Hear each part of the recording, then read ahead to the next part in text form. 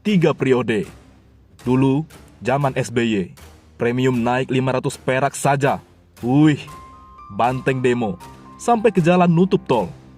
Sekarang, banteng udah di pemerintahan. Premium hilang, Petralite jarang.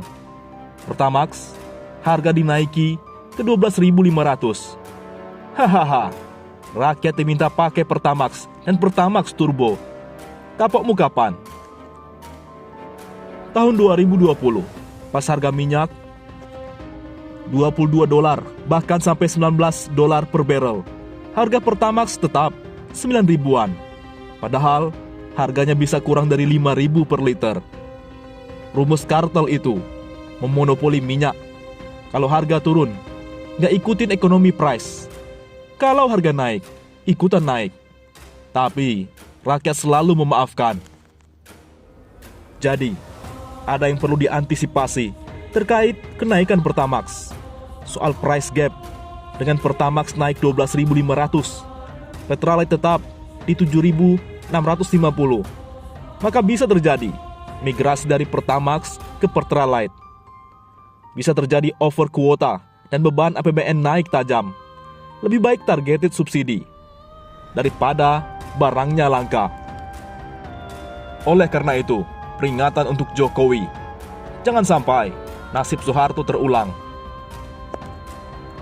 Peneliti Perkumpulan untuk Pemilu Demokrasi, Fadli Ramadhanil, mengingatkan Presiden Joko Widodo agar berhati-hati dalam menanggapi usulan perpanjangan masa jabatan presiden.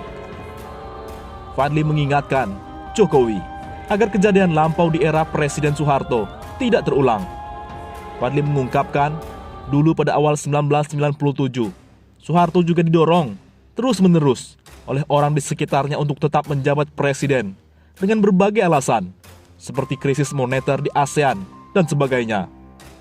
Pak Harto akhirnya percaya mau jadi presiden, dan ternyata ada guncangan luar biasa terhadap kekuasaan yang baru saja ia mulai. Dan orang-orang yang mendorong dia sebagai presiden itu seketika meninggalkan dia, ungkap Fadli saat menjadi narasumber program Overview Tribuns, Kamis 31 Maret. Fadli berharap Jokowi tidak mudah tergoda dengan usulan perpanjangan masa jabatan presiden.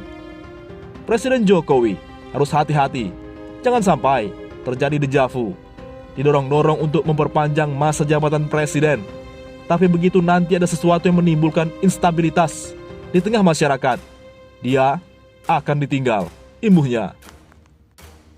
Di lain sisi, Caimin dan Luhut diduga dalang deklarasi Jokowi 3 periode. Kata Rocky, Perkades minimal 10 juta rupiah. Deklarasi dukungan Jokowi 3 periode oleh ribuan kepala desa di Abdesi akan dilaksanakan setelah Lebaran. Hal itu menimbulkan kecurigaan berbagai pihak terkait siapa dalang di balik rencana tersebut, yang bahkan disebut rela memberi uang hingga 10 juta rupiah per kepala desa atau kades.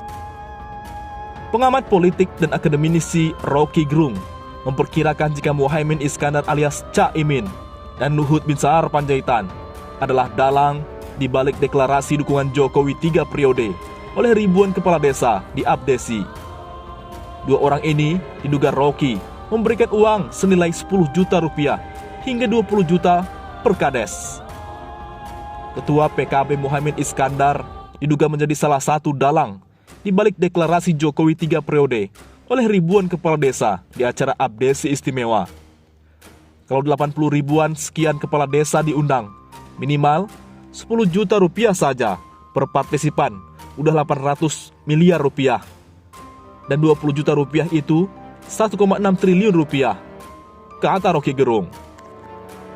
Rocky mengatakan bahwa masyarakat juga memiliki dugaan terhadap sosok Caimin yang menjadi salah satu dalang di balik deklarasi dukungan Jokowi 3 periode oleh ribuan kepala desa yang tergabung di Abdesi.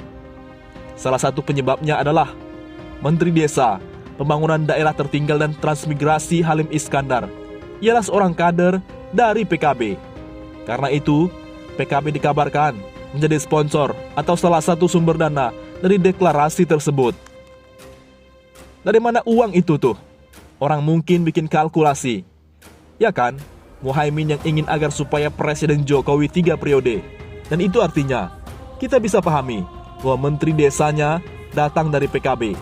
Berarti, mungkin ada dana dari PKB yang masuk ke situ, terangnya. Selain itu, Rocky juga menyebut Luhut sangat berpotensi menjadi dalang deklarasi Jokowi 3 periode oleh ribuan kepala desa di Abdesi. Ini disebabkan posisi Menko Marves yang juga memegang jabatan sebagai Ketua Dewan Pembina Abdesi.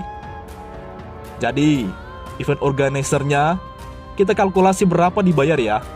Demikian juga kita tahu, 2 tokoh di situ selain Pak Muhaimin yang kadernya jadi Menteri Desa, juga ada Pak Luhut yang memang adalah Ketua Dewan Pembina Abdesi ini, terangnya.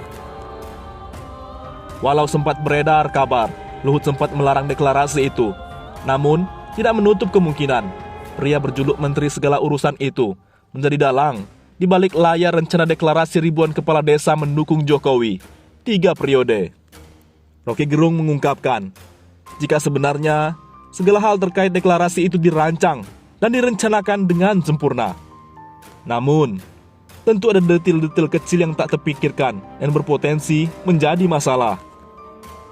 Saya menduga itu dirancang secara sempurna, dan sesuatu yang seringkali terlalu sempurna justru lupa pada hal-hal kecil, terangnya. Dia pun menyebut kemungkinan ribuan kepala desa yang hadir dalam acara Abdesi dan menyatakan akan deklarasi mendukung Jokowi 3 periode akan mendapatkan omelan dari warganya. Ini karena mereka belum tentu menyetujui wacana deklarasi Jokowi 3 periode. Demokrasi itu harusnya diurus berdasarkan prinsip partisipasi, bukan mobilisasi. Nah, kalau ketahuan begini, nanti repot lagi tuh. Pas pulang kepala desanya pasti diomelin sama anggotanya, ungkapnya. Oleh karena itu, bongkar mobilisasi kotor kepala desa. Perpanjangan masa jabatan presiden jelas melanggar esensi demokrasi. Kita boleh lupa bahwa gagasan pembatasan kekuasaan adalah salah satu capaian penting Gerakan Reformasi 1998.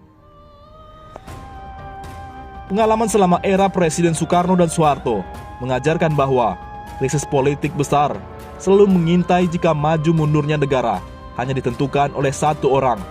Atas dasar itulah, konstitusi tegas mengatur presiden di republik ini hanya bisa dipilih 2 kali. Karena itu, pernyataan dukungan para kepala desa atas perpanjangan masa jabatan Presiden Jokowi yang disuarakan pada Selasa 29 Maret 2022 di Istora Senayan patut dicurigai. Selain mengindikasikan ketidakpahaman mereka atas prinsip demokrasi, kuat dugaan ada mobilisasi politik di balik deklarasi lancung itu. Tampaknya orang-orang di sekitar Presiden Jokowi tak punya urat malu untuk terus menyuarakan ide kotor perpanjangan masa jabatan presiden.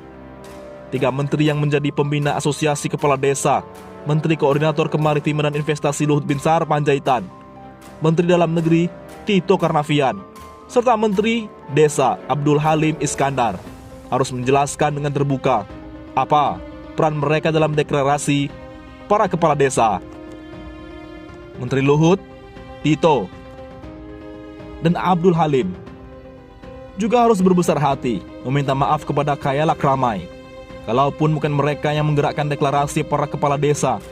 Ketika menteri ini jelas-jelas bersalah atas pembiaran, mereka juga gagal menjelaskan kaitan antara pentingnya pembatasan masa jabatan presiden dan akuntabilitas pejabat publik di hadapan rakyat pemilihnya kepada para pentolan asosiasi kepala desa.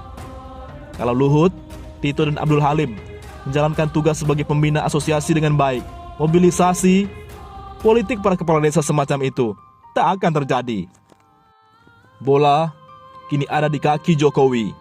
Jika konsisten dengan pernyataannya tahun lalu, Jokowi harus menolak semua bujuk rayu untuk perpanjangan masa jabatan presiden. Dia telah bersumpah di awal masa jabatannya untuk setia dan tegak lurus menjaga konstitusi. Mobilisasi dukungan untuk perpanjangan masa jabatan presiden sudah merupakan pelanggaran berat atas konstitusi itu sendiri. Presiden semestinya paham sebanyak apapun jumlah pendukung perpanjangan masa jabatan presiden, semua itu tidak relevan. Sebab pada akhirnya Indonesia adalah negara hukum, bukan negara mobokrasi yang gerak politiknya bergantung pada suara siapa yang paling lantang berteriak.